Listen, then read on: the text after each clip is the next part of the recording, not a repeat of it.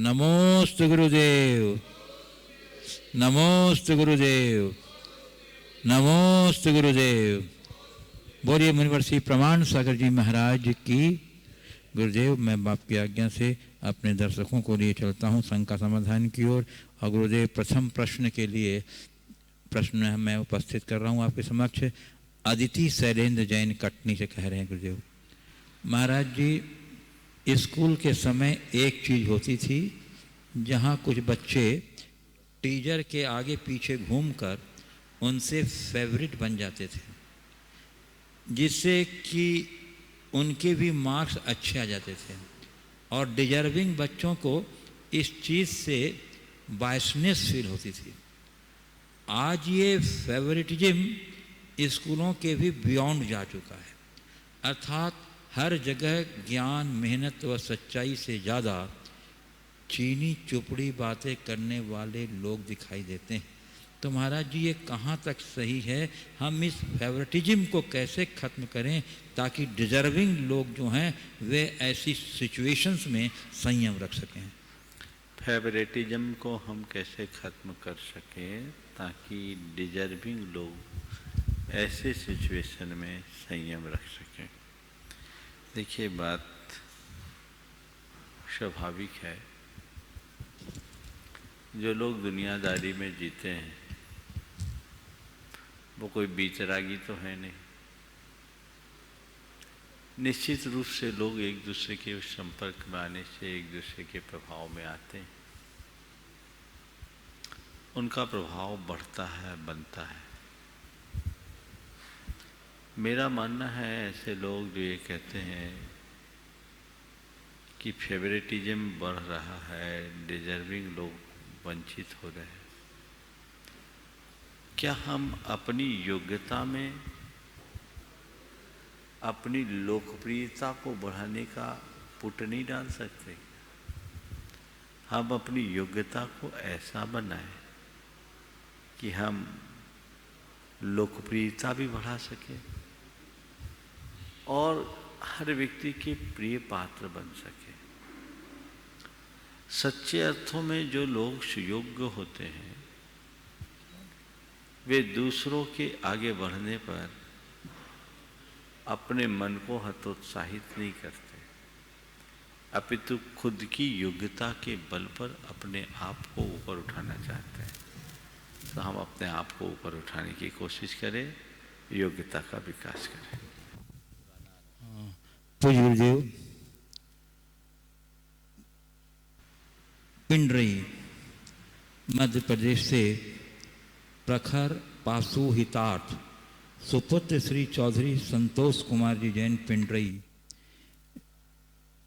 वे कह रहे हैं, मैं उनोदर पूर्वक एक आसन कर रहा हूँ, परंतु गुरुदेव हमारी माता श्री मुझे भरपेट जल ग्रहण करने के लिए जिद करती हैं।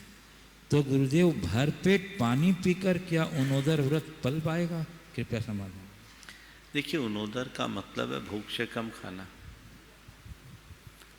तो पानी भी पीना तो चाहिए, लेकिन थोड़ा कम पियो। हमें भोजन के संदर्भ में कहा कि आधा भोजन कीजिए, दूना पानी पियो, तिगुना श्रम, चौगुनी हंसी, वर्ष 125 जी। हमारे यहाँ भोजन के प्रमाण की बात की गई तो एक हिस्सा भोजन से, 2 हिस्सा पानी से और 1 हिस्सा हवा से भरना चाहिए। तो उनोदर करने वाले को भी इतना पानी नहीं पीना चाहिए कि गले तक आ जाए, थोड़ा पेट खाली रखना चाहिए। पूज्य गुरुदेव, कटनी मध्य प्रदेश से मनीष सरावगी परिवार कह रहे हैं, गुरुदेव संसार का सुख दुख पर पड़ा आवरण है जिससे जीवन ठगा जा रहा है। यह बात हमें क्यों नहीं समझ में आती है? कृपया समाधान। क्यों समझ में नहीं आती? समझना चाहते नहीं है, सो समझ में नहीं आती। जानबूझ करके अंध बने हैं, आँख में पट्टी बांधे हैं, कैसे समझ में आए? आँखों की पट्टी उतारो तो सब समझ में आएगा। पूज्य गुरुदेव,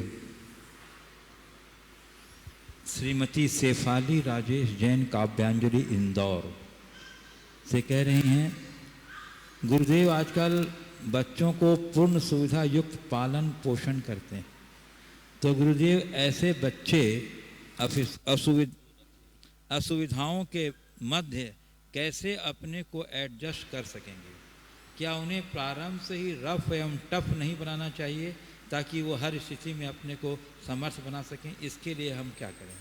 बिल्कुल सही बात है। ज़्यादा लग्जीरियस हो जाने के कारण आजकल के बच्चे जब बड़े होते हैं और जीवन व्यवहार में चुनौतियाँ आती तो उनका सामना नहीं कर पाते। हमें रफ टफ बनाना चाहिए ताकि हर स्थिति को झेलने में समर्थ हो सके। मैंने कई बार अपनी चर्चाओं में कहा भी है कि मेरे संपर्क के एक ऐसे व्यक्ति हैं जिनके घर में सारी लग्जरी गाड़ियां हैं, बड़े उद्यमी हैं, किसी चीज़ की कमी नहीं, पर वो व्यक्ति अपने बेटे को स्कूल के लिए बस तक छोड़ने के लिए खुद पैदल जाते, नॉन एसी बस में भेजते और नॉन एसी स्कूल में पढ़ाते। जब उनके बारे में मुझे लोगों ने बताया, उनके सामने ही कहा, मैं उनकी तरफ देखा तो उन्होंने जो बात कही वो हर अभिभावक को ध्यान में रखना चाहिए। उन्होंने कहा, महाराज जी मेरे पिताजी बहुत गरीब थे और मैं गरीबी में पढ़ा हूँ, अपने घर से बोरा फट्टी लेके स्कूल जाया करता था। महाराज आज मैं संपन्न हूँ, सुख साधन है, लेकिन इस बात की कोई गारंटी नहीं कि मेरा बेटा कल सुख साधन संपन्न हो। मेरे पिताजी गरीब थे, आज आप सबकी कृपा से मेरे पास पैसा है, पर कल मेरे बेटे के पास पैसों का अभाव हो तो वो असुविधाओं के मध्य असहज न हो जाए, वो उन्हें सहन कर सके। इसलिए मैं जानबूझकर उसे मजबूत बनाने के लिए ऐसा करता हूँ। और महाराज इतना संघर्ष तो होना ही चाहिए ना, जो जितना संघर्ष करता है वो उतना मजबूत होता है। काश ये बात आज हर अभिभावक समझ ले तो जीवन की धारा बदल जाए।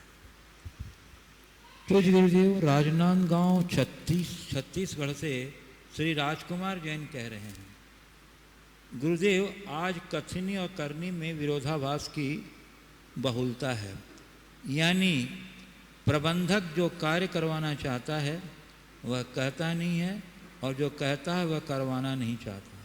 गुरुदेव मेरा प्रश्न यह है कि इस स्थिति में कई बार हमें उदासीन होकर कार्य करना पड़ता है जो कार्य की गुणवत्ता को प्रभावित करता है। गुरुदेव इस स्थिति का सामना कैसे करें, कृपया मार्गदर्शन दें। प्रश्न का आशय समझ में नहीं आया। प्रबंधक जो कार्य करवाना चाहता है, इसका प्रबंधक से क्या लेना देना है? थोड़ा फिर से सवाल बताइए, स्पष्टता तो होनी चाहिए प्रश्न में। प्रश्न का आशय क्या है? आज कथनी और करनी में विरोधाभास की बहुलता है। इसका क्या संबंध? प्रशंसक जो कार्य, प्रशंसक बोलो कि नहीं, प्रशासक आपने प्रबंधक बोला। हाँ, दोनों लिखा है इसमें ब्रैकेट में। प्रशासक जो कार्य करवाना चाहता है वह कहता नहीं है और जो कहता है वह करवाना नहीं चाहता। प्रशासक जो कार्य करवाना चाहता है वह कहता नहीं है और जो कहता है वह करवाना नहीं चाहता। आशय क्या है? मन वो वही बात बोलता है कि जो उसको करवाना नहीं है। तो प्रशासक की अपनी कथनी और करनी का मतलब क्या? जो उसको करवाना है। प्रश्न का कोई तुक ही समझ में नहीं आ रहा, कैसे उठा लिया? चलिए ठीक है। प्रशासक को जो उसके कथनी करनी का मतलब क्या? वो कुछ कथनी और करनी का अंतर वो होता है जहाँ आदमी कमिटमेंट कुछ करे और करे कुछ। यहाँ तो उसने कुछ कमिटमेंट किया ही नहीं, वो तो उसकी विलिंग पे है। जो करना चाहेगा सो करेगा, जो कराना चाहेगा करेगा। आज मैं हूँ, मेरी जो इच्छा है वो मैं बोलूँगा, मेरी जो इच्छा नहीं वो मैं नहीं बोलूँगा। ये तो पसंद है अपनी अपनी। प्रश्न को थोड़ा सा देखिए। पूज्य गुरुदेव, कोल्हापुर महाराष्ट्र से त्रिशला देसाई कह रहे हैं, मेरा प्रश्न ये है कि भूतकाल में कई घटना ऐसे होते हैं कि आज भी हमें सोचने पर तकलीफ़ देती हैं। ऐसे जैसे कि कोई हमारी हक की चीज़ हमें ना मिले, दूसरे को मिल जाए, हम ऐसे क्या करें कि हम उसे भूल जाएं या कब तक उसकी तकलीफ़ में रहें? देखिए, भूतकाल की चीज़ें अगर आपको ऐसा लगता है और परेशान करते हैं कि आपकी हक की चीज़ें आपको न मिली, तो आप उसको मन से त्यागने का अभ्यास बना लीजिए और एक वाक्य को अपने हृदय में अंकित कीजिए, हक से ऊंचा भाग्य होता है। ठीक है, मैंने जिसे अपनी हक की मानी, शायद मेरे भाग्य में नहीं था, मेरा भाग्य कुछ और था, उस हक पर किसी और का भाग्य था, उसको हो गया। जो चीज़ें मिली नहीं और मिलने की संभावना भी शेष नहीं है, उस बात को बार बार याद करके अपने मन को अशांत करने से कोई लाभ नहीं।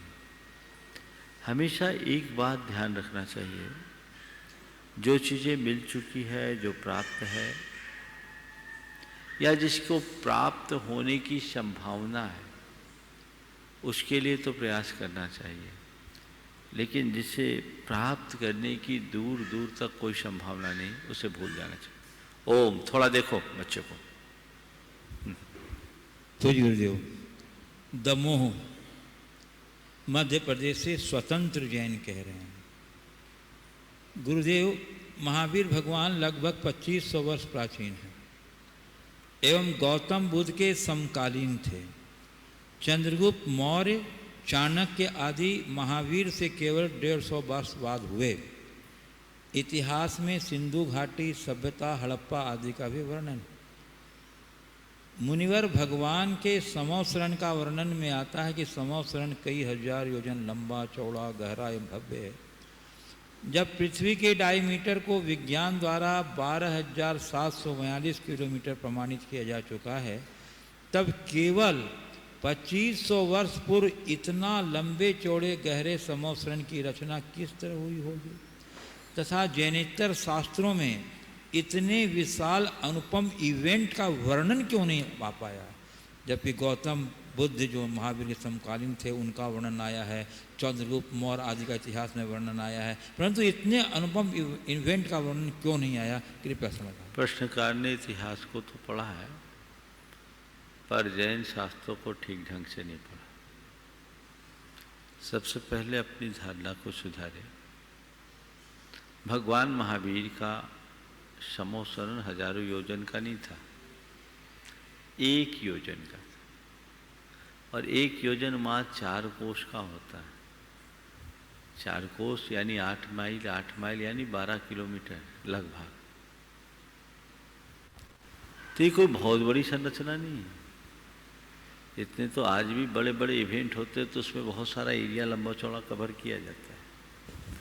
तो भगवान महावीर का समोसरण मात्र 1 योजन का था, अधिक का नहीं था। इसे समझ कर हम चले। और आपने पूछा है कि भगवान महावीर के काल की बातों को जैनेतर ग्रंथों में क्यों नहीं लिया गया? भगवान महावीर का प्रभाव इतना बड़ा था कि लोगों ने उन्हें ज़्यादा महत्व देना नहीं चाहा, क्योंकि भगवान महावीर के प्रभाव से उस समय के जो जितने तैर्थिक थे, 6 लोग थे जो अपने आप को तीर्थंकर घोषित किए हुए थे। मखली गोसालक, संजय वेलट्टी पुत्र, अजित केश कंबली, पूर्ण काश्यप, प्रकुद्ध साकृत्यायन और निगंधनाथ पुत्र भगवान महावीर। ये 6 लोग तीर्थमन्य थे। तो उसमें एक कुछ सांप्रदायिक अभिनिवेश हुआ, जिसकी वजह से लोगों ने भगवान महावीर की मूलभूत बातों को ज़्यादा महत्व नहीं दिया। जैन शास्त्र बहुत बाद में लिखे गए, और जैन शास्त्रों में वो सब चीज़ें हैं क्योंकि पहले जैनागम श्रुतियों से चला आ रहा था। भगवान महावीर के निर्वाण के लगभग 588 वर्ष के उपरांत हमारे शास्त्र लिपिबद्ध हुए। तो एक बड़ा अंतराल है, लेकिन इसका मतलब ये नहीं कि ये इवेंट हुआ नहीं था, हुआ था। इसका ये प्रभाव था कि इंद्रभूति गौतम से लेकर अग्निभूति और वायुभूति जैसे 3 सगे भाई जो वेदांत के मर्मज्ञ माने जाते थे, जो अपने आप को उस समय सर्वज्ञ तुल्य समझते थे, वे तीनों के तीनों भगवान महावीर के शिष्य हो गए थे। भगवान महावीर के शासन काल से में उस समय भारत के अधिक संख्य राजा महाराजा भगवान महावीर के शिष्य थे। संपूर्ण नंद वंश में भगवान महावीर के पथ का अनुसरण था। सारे नंद वंशी राजा जैन थे। खुद सम्राट चंद्रगुप्त मौर्य जैन धर्मानुयायी था, जो अपने जीवन के अंत में दिगंबर मुनि बन करके महान तप करके निर्वाण को प्राप्त किया। तो जो समोसरण था, समोसरण की संरचना थी, विपुलाचल का वर्णन यत्किंचित अन्यत्र मिलता है, और ये मात्र 1 योजन का था, इसलिए इसमें कुछ भी असंगत जैसा नहीं। पूज्य गुरुदेव, सतना मध्य प्रदेश से संदीप जैन HC ज्वेलर्स कह रहे हैं गुरुदेव कि एक जिज्ञासा हमारे बेटे इंजीनियर विपुल की है कि जिस प्रकार अभी आपके साथ ऑनलाइन पूजन करने पर हमें व हमारे पूरे परिवार को घर पर ही मंदिर की अनुभूति हो रही है, क्या ऐसी ही अनुभूति हमें तब नहीं हो सकती जब हम व हमारे जैसे अनेक युवा बाहर पढ़ते हैं और उन्हें मंदिर जी की अनुकूलता न होने पर स्वयं के आवास में मंदिर जी की अनुभूति हो? इसके लिए क्या करें? मन में मंदिर हो जाए तो जहाँ खड़े हो गए वहाँ मंदिर बन जाए। और निश्चित पहली कोशिश करनी चाहिए कि जहाँ मंदिर हो वहाँ हम साक्षात जाएं। लेकिन जिनको ये सुलभ नहीं है, उन लोगों को टेक्नोलॉजी का प्रयोग करके ऐसा करना चाहिए। और आज भी बहुत सारे लोग करते हैं। दूर देशों में बसे हुए वे लोग जो किसी वजह से मंदिर आदि सुलभ न होने से उनके दर्शन नहीं करते, वे आज भी ऐसे बहुत सारे लोग हैं जो प्रातःकाल YouTube आदि के माध्यम से भगवान का अभिषेक देखने के उपरांत पूजन पाठ करने के बाद ही अपनी दिनचर्या की शुरुआत करते हैं। नहीं करने से तो अच्छा है, हम भावनात्मक रूप से जोड़ सकते हैं। मुझे तो लगता है ये कोरोना काल कई मामलों में एक नई परंपरा की शुरुआत करेगा। बहुत जगह से मेरे पास खबरें आई कि पूरा का पूरा परिवार, आज ही सुबह सुबह सवाई सिंह सुधीर जी बोल रहे थे, घर में बच्चे से लेकर सब पूरा परिवार टीवी पर बैठ करके विशुद्ध भाव से धर्म ध्यान कर रहा है, आनंद ले रहे हैं, बल्कि और दिनों की तुलना में कुछ ज़्यादा ले रहे हैं। पहले तो बहुत से लोग ऐसे भी होते थे, खासकर बच्चे और यंगस्टर्स, मंदिर भी चले गए तो बहुत हो गया उनका 10 लक्षण। लेकिन इस बार जब घर में ऐसी व्यवस्था है तो वो अपनी भागीदारी सुनिश्चित कर रहे हैं। तो मेरा मानना है कि हमेशा मनुष्य के जीवन में जब जब विपत्तियां आती हैं तो कोई ना कोई अच्छी सीख मिलती है। इस विपत्ति ने भी पूरी मानव जाति को अच्छी सीख दी है, और उस सीख को पाकर हम अपने समय का सदुपयोग करने की कला विकसित कर ले तो जीवन में बहुत कुछ अच्छा घटित कर सकें। पूज्य गुरुदेव, जयपुर राजस्थान से सुश्री साक्षी सोनी कह रहे हैं, गुरुदेव सुख दुख तो अतिथि हैं, बारी बारी से आएंगे और चले जाएंगे। यदि वे नहीं आएंगे तो हम अनुभव कहाँ से लाएंगे? तो ऐसे में गुरुदेव हम सुख दुख के बीच में सामंजस्य कैसे बिठाएं तथा यह जीवन सुख दुख पर ही आधारित क्यों होता है? कृपया मार्गदर्शन दीजिए। जैसे घर में आए सब प्रकार के अतिथियों का स्वागत होता है कि नहीं होता है? घर में चाचा भी आते हैं और जवाई भी आता है, दोनों का स्वागत होता है कि नहीं? चाचा को आना होगा, कोई अतिरिक्त व्यवस्था नहीं करनी होती। जो रूटीन की व्यवस्था है उसी में सम्मिलित हो जाते हैं, और चाचा खा पी के जाते तो 10-20 दे के जाते हैं। लेकिन जिस दिन जवाई राजा को आना होता है, बड़ा टीम ताम रखना पड़ता है, ताम झाम करना पड़ता है। 4 प्रकार की सब्जियां, 2 प्रकार की मिठाइयाँ तो कम से कम अरेंज करनी ही पड़ती। आज जवाई राजा आ रहे। इतना ही नहीं, जब वो विदा होते हैं तो उनका टीका काढ़ के कुछ देना भी पड़ता है। चाचा आए तो मिला है, जवाई आए तो दिया, लेकिन स्वागत तो दोनों का हुआ। तो बस मैं यही कहता हूँ, सुख दुख को अतिथि मानो। सुख आए समझ लो चाचा आए, दुख आए सोचो जवाई आए। स्वागत दोनों का हो जाए, हर्ज क्या है? स्वागत दोनों का होना चाहिए। अतिथि मान करके चलोगे तो सहज स्वागत होगा, और वो हमारे जीवन की दिशा को परिवर्तित करेगा।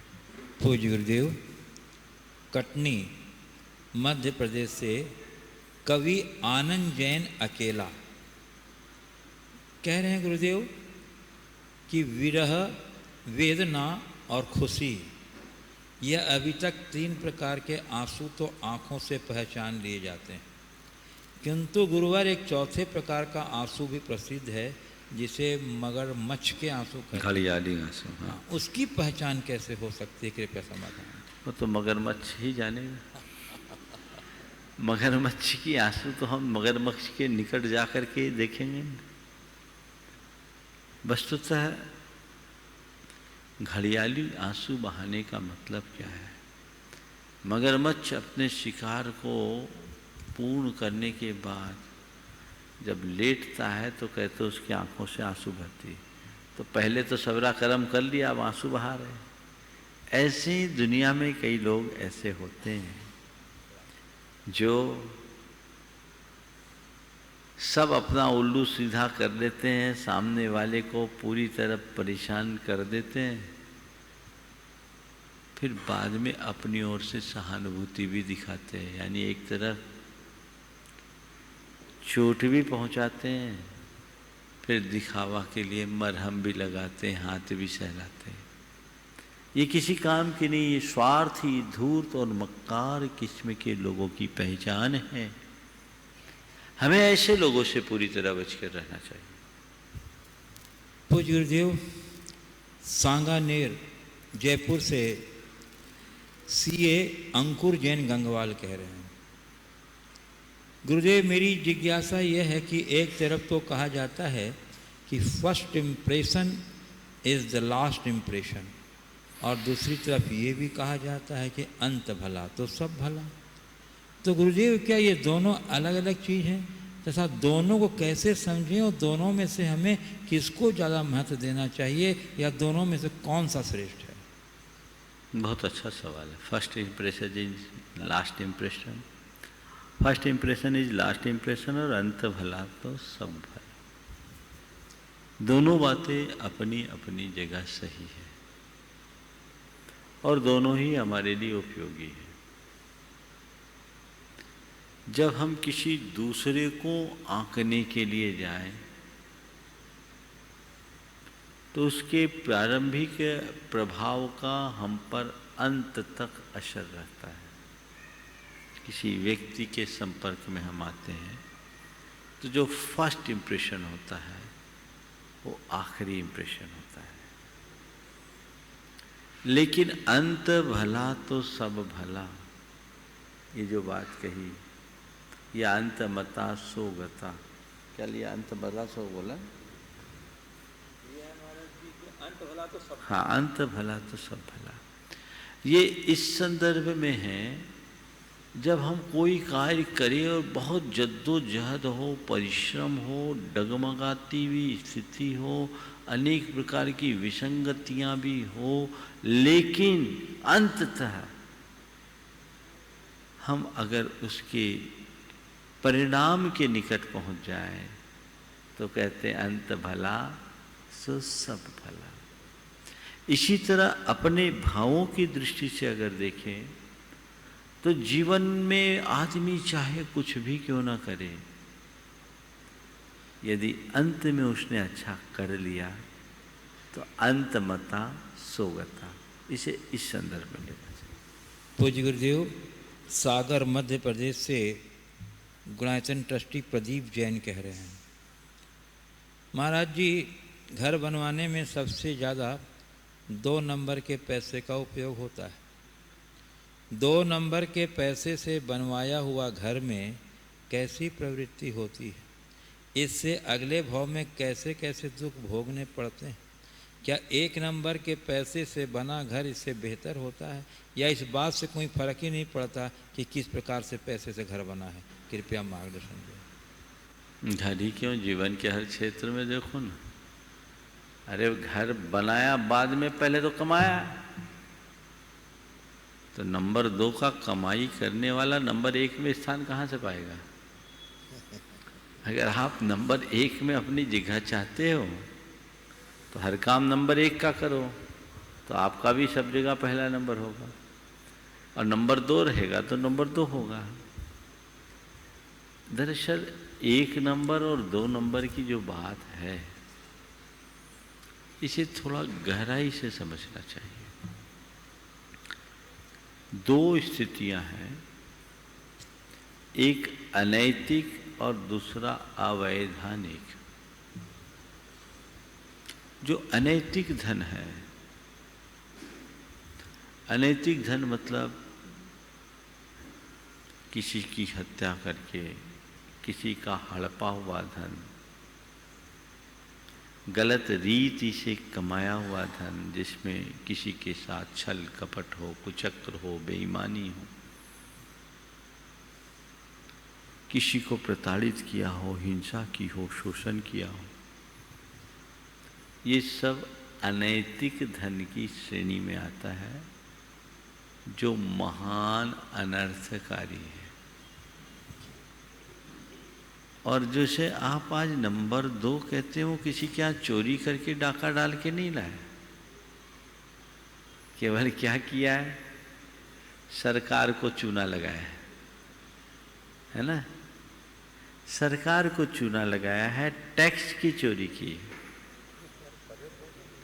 अब टैक्स के चोरी के पीछे कारण है, एक तो सरकार की तरफ से टैक्स ज़्यादा है, तो टैक्स लोग देना नहीं चाहते हैं। दूसरी तरफ जीएसटी वगैरह है, अब तो बहुत कम हो गई, पर एक चोर पूरे बाजार को चोर बना देता है। सरकार ने अगर किसी चीज़ में 18% की टैक्स ला दी, तो 5%, 3%, 4% का धंधा है। कोई दूसरा बेईमान आदमी जो टैक्स बचा करके दाम से कम में बेच दे, तो मार्केट पूरा गड़बड़ होता है। जब जीएसटी लगी थी ना,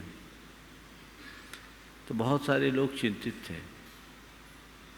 मेरे पास एक व्यक्ति आए, अच्छे व्यापारी थे, उन्होंने कहा महाराज अगर ऐसा हो गया तो हम सब व्यापारियों को सबसे ज़्यादा आराम होगा। क्या? बोले हमारा नंबर 2 छूट जाएगा।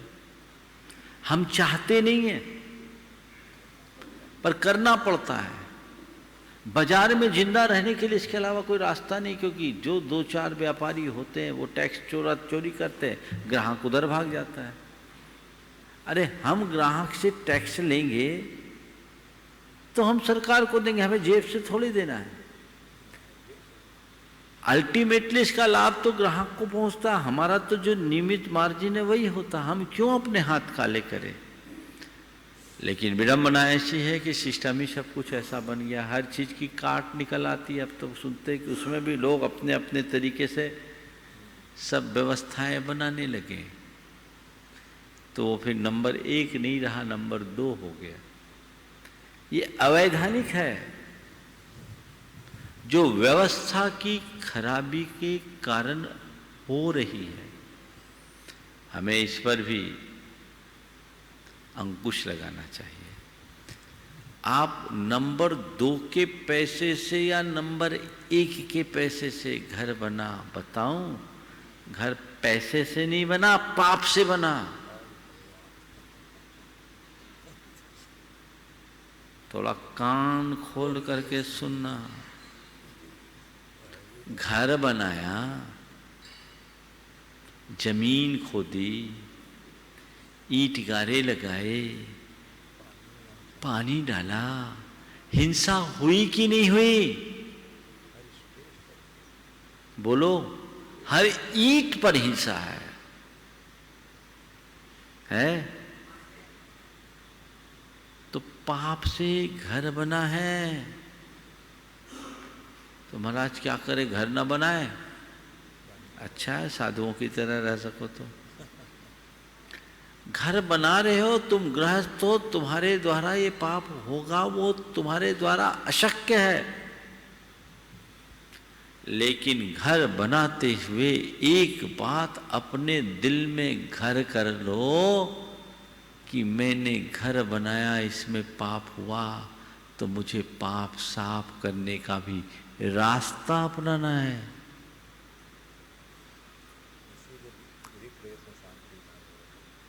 गृह प्रवेश आदि होती है, होते हैं, पूजा पाठ करते हैं, क्यों करते हैं? अब हम इस घर में प्रवेश किए, मंगल कार्य करेंगे, धार्मिक कार्य करेंगे, ताकि हमारे जीवन में उपार्जित पाप का कुछ समन हो।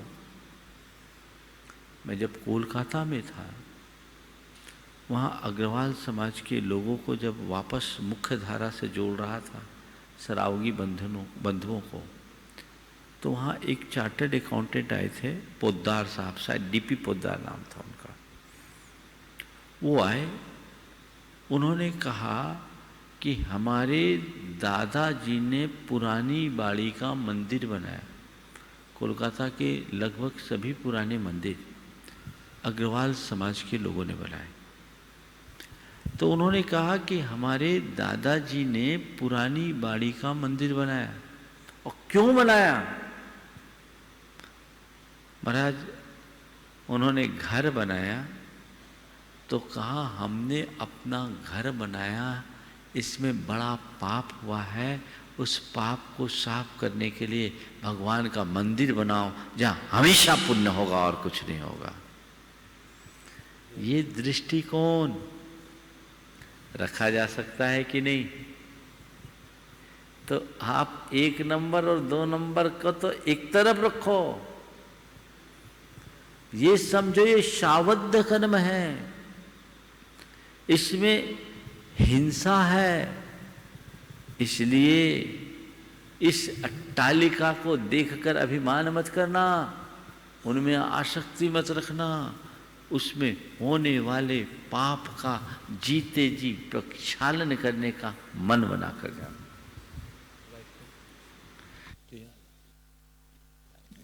गुरुदेव, अब मैं आपकी अनुमति से कुछ यहाँ जो उपस्थित जिज्ञासु हैं उनको आमंत्रित करना चाहता हूँ। प्रथम क्रम में आएंगी श्रीमती संध्या दिनेश जैन कटनी, जो 10 लक्षण विधान में स्वधर्म इंद्र का पाठ अदा कर रहे हैं। वो आ रहे हैं गुरुदेव। तब तक एक प्रश्न शिवपुरी मध्य प्रदेश से बबीता जैन कह रही हैं, गुरुदेव जय जिनेन्द्र शब्द का अभिवादन सर्वप्रथम किसने बताया तथा इसका क्या अर्थ है, तथा हमें इसके अतिरिक्त लोक प्रचलित अन्य अभिवादन शब्दों का प्रयोग करना चाहिए या नहीं? जय जिनेन्द्र हम एक दूसरे के अभिवादन में आप लोग प्रयुक्त करते हैं। अब ये कब से चला, इसका इतिहास तो खोजना पड़ेगा। मैंने उस दृष्टि से कभी देखा नहीं, लेकिन जय जिनेन्द्र के नाम से अभिवादन करने में कोई हानि नहीं। एक बार मुझसे किसी ने कहा, महाराज लोग मंदिर में जाते हैं तो भी एक दूसरे को जय जिनेन्द्र कहते, क्या ये करना चाहिए? हमने कहा भैया जय जिनेन्द्र का मतलब क्या है? मुझे लगता है अन्य परंपराओं में राम राम हुआ, राधे श्याम हुआ, सीताराम हुआ, तो हमारे यहाँ जय जिनेन्द्र आ गया होगा। या इधर जय जिनेन्द्र हुआ तो उधर आ गया होगा। ये एक दूसरे को अभिवादन के लिए प्रयुक्त है। क्यों? भारत की परंपरा में सदैव परमार्थ को पूजा गया, अर्थ को नहीं। जब हम भगवान के समक्ष या अपने किसी भी व्यक्ति से मिलते हैं तो जय जिनेन्द्र कहते हैं, उसका मतलब ये नहीं कि हम उसको प्रणाम कर रहे हैं, हम अपनी आइडेंटिटी बता रहे हैं कि मैं जिनेन्द्र भगवान का अनुयायी हूं, मैं उनकी जय करता हूं और भावना भाता हूं दिग दिगंत तक उनकी जय हो। तो मैं जब जय जिनेन्द्र बोलता हूं, सामने वाला भी मेरा सत्कार करते हुए कहता है, मेरी भावनाओं का सत्कार करते हुए कहता है, जय जिनेन्द्र, बिल्कुल ठीक, मैं भी तुम्हारे ही रास्ते पर चलने वाला हूं। तो जैसे मैं जय जिनेन्द्र कह रहा हूं, वैसे वो जय जिनेन्द्र कह रहा है। तो भगवान के सामने जाकर के जय जिनेन्द्र बोलने में भी क्या हानि है? जिनेन्द्र भगवान की जय हो, उसको प्रणाम थोड़ी कर रहे हैं। ये तो केवल अपनी पहचान बता रहे हैं कि हम जिनेन्द्र भगवान के अनुयायी हैं। तो जय जिनेन्द्र, सामने वाले ने कहा जय जिनेन्द्र, सब बोलो जय जिनेन्द्र। इसमें क्या अर्थ है? जय जिनेन्द्र, जय जिनेन्द्र, जय जिनेन्द्र बोलिए, जय जिनेन्द्र की ध्वनि से अपना मौन तोड़िए, मौन खोलिए। तो ये सोच बनानी चाहिए। अब रहा सवाल, हमसे कोई ने कोई अभिवादन सूचक शब्द का प्रयोग किया, बदले में हमने जय जिनेन्द्र कहा, कोई हानि नहीं, ठीक है भाई जय जिनेन्द्र। खासकर मैं आप सबसे कहूंगा, गुड मॉर्निंग, गुड इवनिंग बोलना बंद करो, गुड नाइट बोलना बंद करो, सुप्रभातम बोलो, जय जिनेन्द्र बोलो। एक बहुत बड़ी जागरूकता आई है। आपके मुख से जय जिनेन्द्र का उच्चारण होते ही आपके जैन होने का प्रमाण प्रस्तुत होता है। आपको अतिरिक्त प्रमाण देने की आवश्यकता नहीं होती। इसलिए हमेशा जय जिनेन्द्र बोलिए, कोई हानि नहीं। श्री मती संध्या दिनेश जैन कटनी विधान के स्वधर्मेंद्र, और उसके बाद तैयार रहेंगी श्रीमती ममता जैन कटनी। हे गुरुदेव, नमोस्तु नमोस्तु। गुरुदेव, जिनके मन में मायाचारी होती है वो सरल व्यक्ति को भी मायाचारी समझता है, और ऐसा ही अहंकारी व्यक्ति को भी। ऐसा क्यों? क्योंकि जबकि सरल व्यक्तियों के व्यवहार में तो सरलता दिखती है। आदमी जैसा चश्मा लगाता है उसको वैसा ही दिखता है। अहंकारी को सब अहंकारी दिखते हैं और विनम्र को सभी विनम्र। कुटिल व्यक्ति को सारा संसार कुटिल दिखता है, पर सरल व्यक्ति के हृदय में तो सरलता इतनी होती कि सबको सरल देखता है। एक प्रसंग बता रहा हूं। द्रोणाचार्य पांडवों और कौरवों को सरसंधान सिखा रहे थे। रात होने को थी। द्रोणाचार्य ने दुर्योधन से कहा कि दुर्योधन जाओ देख कर आओ पास के गांव के लोग कैसे हैं, अपने रात्रि विश्राम के अनुकूल है या नहीं। दुर्योधन गया, लौट कर आया, बोले गुरुदेव ये गांव बहुत बेकार है, यहाँ के सारे लोग धूर्त और मक्कार हैं, मुझे एक भी भला आदमी नहीं दिखा। द्रोणाचार्य ने सुन लिया। थोड़ी देर बाद युधिष्ठिर को उसी गांव में भेजा। तो युधिष्ठिर देख के आओ गांव कैसा है। युधिष्ठिर लौट के आए, कहा गुरुदेव गांव बहुत अच्छा है, यहाँ का हर व्यक्ति बड़ा सभ्य और सरल है, अतिथि सत्कार को तो ये लोग अपना परम सौभाग्य मानते हैं, मुझे सब अच्छे लोग लगे, अपने रात्रि विश्राम के लिए बड़ा उपयुक्त है। गांव एक ही। दुर्योधन को सबके सब मक्कार दिखे क्योंकि उसके अंदर मक्कारी भरी थी, और युधिष्ठिर को सबके सब सरल दिखे क्योंकि युधिष्ठिर खुद सरलता के प्रति मूर्ति थे। इसलिए जैसी दृष्टि वैसी सृष्टि। श्रीमती ममता जैन कटनी, और उसके बाद तैयार रहेंगी सवाई सिंघई श्रीमती नीलम जैन धर्मपत्नी। हाँ कल नहीं, चरणों में बारंबार नमोस्तु नमोस्तु नमोस्तु। हे गुरुवर, क्या तीर्थंकर क्या तीर्थंकर भगवान के समव शरण में उपदेश सुनने वाले का अनादि मिथ्या दूर होकर सम्यक दर्शन की प्राप्ति होने का नियम है? क्या समव शरण में भव्य एवं अभव्य सभी जीव प्रवेश पाते हैं? समव शरण में भव्य भव्य सभी जाते हैं, लेकिन वे भवन भूमि तक ही जा पाते हैं। वहाँ के भव्यकूट के आगे उनकी आंखें चुंधिया जाती हैं। समव शरण के श्रीमंडप भूमि में केवल भव्य और सम्यक दृष्टि जीव जाते हैं। श्रीमती नीलम जैन, धर्मपत्नी सवाई सिंघई, श्री सुधीर जी जैन, भूतपूर्व अध्यक्ष श्री दिगंबर जैन तीर्थ क्षेत्र महाकमिटी और भारतवर्षीय दिगंबर जैन तीर्थ क्षेत्र कमेटी और हमारे धर्म प्रधान समिति के परम संरक्षक गुणायतन ट्रस्टी। नमोस्तु। भावना योग प्रणेता, सटीक प्रश्नों के उत्तर देने वाले, आपका क्षयोसम बहुत तगड़ा है। मैं आपको बारंबार नमोस्तु करती हूँ, नमोस्तु नमोस्तु नमोस्तु। महाराज जी, मेरे पैर में बहुत दर्द था। 4 दिन व्रतों के पहले मेरे को लगा कि मेरे को डॉक्टर के यहाँ दिखाना पड़ेगा, पर मैंने मन में दृढ़ निश्चय किया कि मैं डॉक्टर के यहाँ नहीं जाऊँगी, दवाई नहीं खाऊँगी। तो मैंने आपका भावना योग मैंने अटेंड किया। उस अटेंड में मेरे को बहुत आराम, 3 दिन तो नहीं लगा महाराज जी, चौथे 5वें दिन बहुत आराम लगा। नहीं तो मुझे पैर घसीट के चलना पड़ता था। मेरे को ऐसा लगा पता नहीं क्या हो जाएगा, पर मैंने दृढ़ निश्चय किया। तो उस दृढ़ निश्चय में आप आए सामने और मुझे आशीर्वाद दिया। आज फलीभूत है, 50% मुझे आराम है उससे।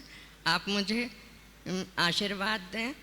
और मेरा एक प्रश्न भी है महाराज जी, संपत्ति और स्वास्थ्य से बढ़ के मन की शांति है, फिर भी लोग मन की शांति को उपेक्षित कर देते हैं, स्वास्थ्य की लापरवाही करते हैं और संपत्ति की दौड़ धूप में लगे रहते हैं। तो महाराज जी, मेरी शंका का समाधान करिए, इन तीनों चीज़ों में क्या महत्वपूर्ण है? बहुत अच्छी बात है। सबसे पहली बात तो आपने 4 दिन में भावना योग का इतना अच्छा परिणाम घटित कर लिया, ये बहुत ही प्रशंसनीय है। और 4 दिन में ये हुआ है, इसे कंटिन्यू करें, निश्चित आपको लाभ होगा। ये अभी आपके अंदर जो है प्लेसिबो इफेक्ट है। आपने अपने मन में बना लिया कि भावना योग करेंगे तो हमें इसका लाभ मिलेगा, और निश्चयतः इसका लाभ मिलता है। पर नियमित प्रयोग करते रहिए, आपको सुनिश्चित इसका लाभ होगा, इसमें कोई संशय नहीं है। दूसरी बात जो आपने सवाल किया, संपत्ति स्वास्थ्य से बढ़कर के मन की शांति है, लेकिन क्या वजह है कि लोग संपत्ति के चक्कर में अपने स्वास्थ्य से भी खिलवाड़ करता है। अपने स्वास्थ्य से भी खिलवाड़ करते हैं। संपत्ति से बढ़कर के अपने स्वास्थ्य से भी खिलवाड़ कर लेते हैं। संपत्ति के चक्कर में अपने स्वास्थ्य से भी खिलवाड़ कर लेते हैं और शांति को अनदेखा करते हैं। इसकी वजह क्या है? इसकी एक ही वजह है, लोगों के मन में बढ़ी हुई आसक्ति, और दूसरी वजह है अज्ञान। जिन्हें आत्म ज्ञान प्राप्त हो जाता है, जो जीवन की असली संपत्ति को समझ लेते हैं, पहचान लेते हैं, जो जानते हैं कि शांति से श्रेष्ठ इस लोक में कुछ नहीं है, वो बाह्य समृद्धि और संपत्ति के पीछे पागल नहीं होते। वो अपने गुण संपत्ति को उद्घाटित करने का प्रयास करते हैं। हमें उस दिशा में चल करके प्रयास करना चाहिए और अपने अज्ञान का निवारण करें। हम तय करें और देखें अपनी खुली आंखों से, बहुत से संपत्तिशाली लोग आए जिनने अपनी संपत्ति को जोड़ने के पीछे स्वास्थ्य से खिलवाड़ किया, शांति को खूंटी पर टांगा। इतना ही नहीं, अपने संबंधों की बलि चढ़ाई। अंत में वो संपत्ति किसी काम की नहीं आई। जब इंसान को इस दुनिया से जाना होता है तो खाली हाथ ही जाना होता है, कुछ भी उसके साथ नहीं रहता। तो ये सोच हमारे अंदर जब विकसित होगी, तभी हम अपने जीवन में कोई अच्छा परिणाम घटित कर पाएंगे। सवाई सिंघई समीर जैन कटनी, और उसके बाद तैयार रहेंगे श्री विवेक जैन शास्त्री परिवार पुणे प्रशाखा। जब तक आ रहे हैं गुरुदेव आगे। गुरुदेव, आजकल शहरों से नीम के पेड़ कम हो रहे हैं, लेकिन परिवारों में कड़वाहट बढ़ती जा रही है। जुबान से मिठास कम हो रही है, लेकिन शरीर में शुगर बढ़ रहा है। इस बात को हम उत्तम संयम धर्म से जोड़कर कैसे देख सकते हैं? बिल्कुल ठीक है, नीम के पेड़ भले कम हो जाए, कड़वाहट बढ़ रही है, और जबान से मिठास कम होने पर भी शक्कर शरीर में बढ़ रही है। आपने पूछा है, इसे हम संयम धर्म के संदर्भ में कैसे जोड़ें?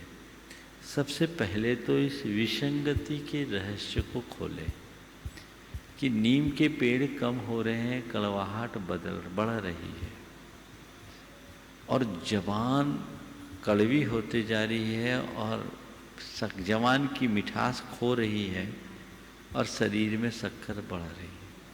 इसकी जड़ क्या है? इसकी जड़ एक ही है, नीम के पेड़ का कम होना, यानी प्रकृति से विमुख होना। समझ गए? जबान में मिठास की कमी आना, यानी प्रकृति से विमुख होना। मनुष्य जब जब प्रकृति से विमुख होता है, विकृतियां पनपती है। चाहे जबान की कड़वाहट हो या शरीर का शक्कर, ये दोनों के दोनों विकृति हैं। इस विकृति को दूर करने के लिए प्रकृति को अपनाना पड़ेगा, और संयम का पहला पाठ प्रकृति, प्राकृतिक जीवन जीना, विकृतियों पर अंकुश लगाना, विकृति से मुक्त हो। आज हर मनुष्य के जीवन में घोर विकृति पनप गई। उस विकृति को हम जब तक दूर नहीं कर पाएंगे, तब तक अपने जीवन में सुधार नहीं कर सकते। इसलिए हम विकृति को हटाएं, प्रकृति में आए। श्री विवेक जैन, शास्त्री परिवार, पुणे शाखा, और वह तैयार रहेंगे शुभम रिकिता मोदी सागर। गुरुदेव के चरणों में बारंबार नमोस्तु। महाराज जी, यह प्रश्न मनीषा राकेश बरिया बेंगलोर से पप्पी दी पूछना चाह रही है। राकेश जी, मनीषा जी, प्रकर्षी प्रियश की तरफ से गुरुदेव के चरणों में बारंबार नमोस्तु। वो कहना चाहते हैं कि इस आपात परिस्थिति में चैनल और ऐप के माध्यम से जो अविरुद्ध धर्म प्रभावना हो रही है, उसके लिए वे सभी कार्यकर्ताओं और चैनल को आभार प्रकट करते हुए पूछती हैं कि इसके कारण परिवारों में विशुद्धि तो बढ़ गई है, घरों में विशुद्धि बढ़ रही है, बट जो हम द्रव्य का इस्तेमाल करते हैं, उस द्रव्य का विसर्जन कैसे करें? देखिए, द्रव्य का विसर्जन कोई कठिन काम नहीं है। अनेक बार इस विषय में चर्चा आई। सबसे पहली बात तो ऐसे समय में वही द्रव्य अर्पित करें जो पशु पक्षियों के उपभोग में आए। आप अपने घर के छत पे डाल दें, तोते चिड़ियाँ आएगी, सारा दाना चुग जाएगी। यदि वो संभव नहीं है तो किसी पार्क में डाल दें। हर जगह कबूतरों को दाना डालने वाली जगह है, वहाँ डाल दें। गाय को खिलाते और प्राणियों को खिलाते हैं, ये द्रव्य आप वहाँ समर्पित कर सकते हैं। किसी दीन दुखी को देते हैं जो उसका सही उपयोग करे, दुरुपयोग ना करे, तो ये द्रव्य के लिए आप सुरक्षित कर सकते हैं। अभी आपको बताऊं, जब सिद्ध चक्र विधान हुआ था 52 गजा में, ऑस्ट्रेलिया के अनेक लोगों ने विधान किया। वहाँ के टाइमिंग के अनुसार वो एप्लीकेशन के माध्यम से विधान करते थे, और उन्होंने अपने घर के, वहाँ तो बड़ी बड़ी जगह होती है, वहाँ जो दाना द्रव्य चढ़ाया, बोले फोटो भेजे, ऐसे ऐसे पक्षी आकर के दाना चुग गए जिनको उनने कभी देखा नहीं था। तो 1-2 दिन ऐसा होता है, फिर वो आ जाएंगे तो दाना चुग सकते हैं। पर जिन्हें ये बिल्कुल व्यवस्थाएं नहीं हैं, वो अनुमोदना करे यहाँ की पूजा करने वालों की, और द्रव्य चढ़ाने के लिए थाल का द्रव्य न हो तो जेब का द्रव्य किसी बहाने अर्पित कर दे, सहयोग के रूप में अपना द्रव्य दान दे दे, तो ये भी एक अच्छा कार्य हो सकता है। शुभम रिकिता मोदी। और कुछ? हाँ बोलो। संकल्पबद्ध नियम पालन के वृत्तांत हमने पंडित साहब बब्बर जी से सुने थे और माता पिता के रूप में हम ये आज वर्तमान स्थिति में देख भी रहे हैं। हमें शुरुआत से ये सिखाया गया कि नियम लेने के पहले उनका अभ्यास बहुत ज़रूरी है। अभ्यास के साथ नियम करने से उनके दोष नहीं लगते हैं, बट जब हम अभ्यास के रूप में नियम लेते हैं तो वो संकल्पबद्धता नहीं आती है। तो हम नियमों का पालन कैसे करें कि हम उनके दोषों से भी बच जाएं और संकल्पबद्ध तरीके से उनका पालन कर सकें? बहुत अच्छा सवाल है। देखिए, दो स्थितियाँ। सामान्य नियमों को तो तत्क्षण संकल्पित होकर के ले लेना चाहिए, और यदि आपके मन में उमंग जग गई, उसी क्षण नियम लो, संकल्पबद्ध हो जाओ, शिथिलता नहीं हो। लेकिन हाँ, यदि आपको कभी कुछ ऐसे नियम की बात बताई जाए जिन नियमों के पालन में आपको कुछ व्यवहारिक कठिनाइयाँ दिख रही हो, तो उस समय आप प्रारंभ में अभ्यास लें, अभ्यास रूप नियम लें कि अभी मेरा अभ्यास है, लेकिन निष्ठापूर्वक कि ये नियम मुझे लेना है, अभी मैं प्रैक्टिस कर रहा हूँ, अब मुझे लेना है, मुझे प्रैक्टिस कर रहा हूँ। और जब आपके अंदर उस नियम के प्रति उत्साह बना रहेगा तो आप अपने अभ्यास के प्रति पूरी तरह ईमानदार रहोगे। समझ गए? फिर कदाचित कोई त्रुटि भी होगी तो उससे सुधारोगे, और जब लगा कि मेरा अभ्यास पूर्ण हो गया तो संकल्पबद्ध हो जाओ, नियम बन जाए। नमस्कार। शुभम रिकिता मोदी सागर। उसके बाद तैयार रहेंगी निकिता शुभम जैन कटनी। परमोपकारी गुरुदेव के चरणों में मेरा बारंबार नमोस्तु गुरुदेव। गुरुदेव, जब लॉकडाउन चालू हुआ था तो आपने सभी को उपदेश दिया था कि यह समय सबसे अच्छा है स्वाध्याय और आत्मकल्याण के लिए। गुरुदेव, आपके उपदेश अनुसार मैंने महाकाव्य आचार्य भगवान द्वारा रचित मूक माटी का स्वाध्याय किया था। उसी में से कुछ एक शंकाएँ हैं।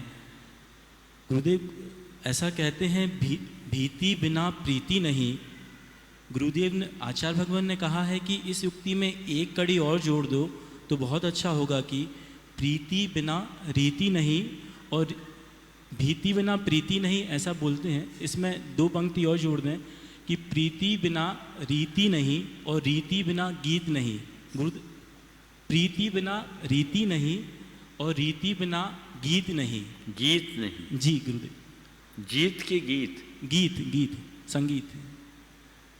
गुरुदेव, इसका आशय रीति का आशय। अब ऐसा है कि आपने मूक माटी अभी पढ़ा है, मूक माटी के संदर्भित सवाल आगे पीछे के प्रसंग को देखे बिना संभव नहीं। यहाँ आप वही प्रश्न करें जो प्रासंगिक है। मूक माटी हमने ज़्यादातर गुरुमुख से सुना, पढ़ा भी है, 2-3 बार पढ़ा है, लेकिन एक लंबा अंतराल हो गया है। तो एक एक शब्द जब तक किसी प्रसंग को नहीं देखेंगे, भीति बिना प्रीति नहीं, ये तो जगत प्रसिद्ध है। और गुरुदेव ने रीति लिखा, प्रीति बिना रीति नहीं, रीति बिना गीत नहीं। वो प्रसंग को थोड़ा देखना पड़ेगा कि आगे पीछे का संदर्भ क्या है। बिना संदर्भ के उत्तर क्या दूं? कई जगह गुरुदेव ने ये कहा कि भीति बिना प्रीति नहीं और प्रीति बिना प्रतीति नहीं, ये शब्द का भी प्रयोग किया। एक वाक्य गुरुदेव का बड़ा प्रसिद्ध वाक्य है, पाप से भीति बिना प्रभु से प्रीति नहीं और प्रभु से प्रीति बिना स्वयं की प्रतीति नहीं। तो पाप से भीति, प्रभु से प्रीति, स्वयं की प्रतीति, ये भी एक वाक्य है। हर वाक्य को उसके मूल संदर्भ से मिलाकर देखने पर ही उसका अर्थ होता है। बेहतर होगा मूक माटी लेकर व्यक्तिगत रूप से बात करें। निकिता शुभम जैन कटनी। उसके बाद तैयार रहेंगे श्री दीपेंद्र जैन सतना। महाराज श्री के चरणों में बारंबार नमोस्तु। महाराज जी, जैसा कि आपने आज प्रवचन में कहा था कि हमें उत्तम संयम धर्म के दिन अपने व्यवहारिक और आंतरिक दोनों जीवन में संयम को उतारना चाहिए। तो यहाँ मेरी शंका यह है महाराज जी कि ऐसे में संयम धर्म के दिन सुहाग दशमी मनाना एवं उसमें साज श्रृंगार के साथ गिफ्ट आदि देना लेना, ये कहाँ तक उचित है? कृपया समाधान करें। साल में कितनी बार सुहाग दशमी आती मुझे ही नहीं मालूम। पहले भी आज सुगंध दशमी है कि सुहाग दशमी? हाँ, सुहाग दशमी कहाँ? सुहाग दशमी तो सावन में होती है। अब महिलाएं सुहाग के प्रति ज़्यादा चिंतित रहती, खूब दशमियाँ मना ले, कोई दिक्कत नहीं। और मैं तो ये कहता हूँ हमेशा आपकी सुहाग दशमी बनी रहे। देखिए, कई बार मैंने ये बात कही है कि व्रत एक तपस्या है, साधना है, अनुष्ठान। लौकिक कामना से प्रेरित होकर व्रत करने का सच्चा लाभ नहीं। व्रत आत्मशुद्धि के लिए करना चाहिए, और आत्मशुद्धि की भावना से प्रेरित होकर हम जब व्रत करेंगे तभी हमें उसका वास्तविक लाभ प्राप्त होगा। इसलिए किसी भी व्रत में, व्रत के दिन साज श्रृंगार करना, गिफ्ट का आदान प्रदान करना, ये तो व्रत के मूल स्वरूप का ही खंडन है। उसमें आत्महित नहीं होगा, वो व्रत न होकर लंघन बन जाएगा। इसलिए हमें इन सब चीज़ों से बचना चाहिए। जो भी व्रत करे भाव विशुद्धि के साथ करे। इस प्रकार आज के सत्र को परम पूज्य गुरुदेव के चरणों में नमन अर्पित करते हुए यहीं पर विराम।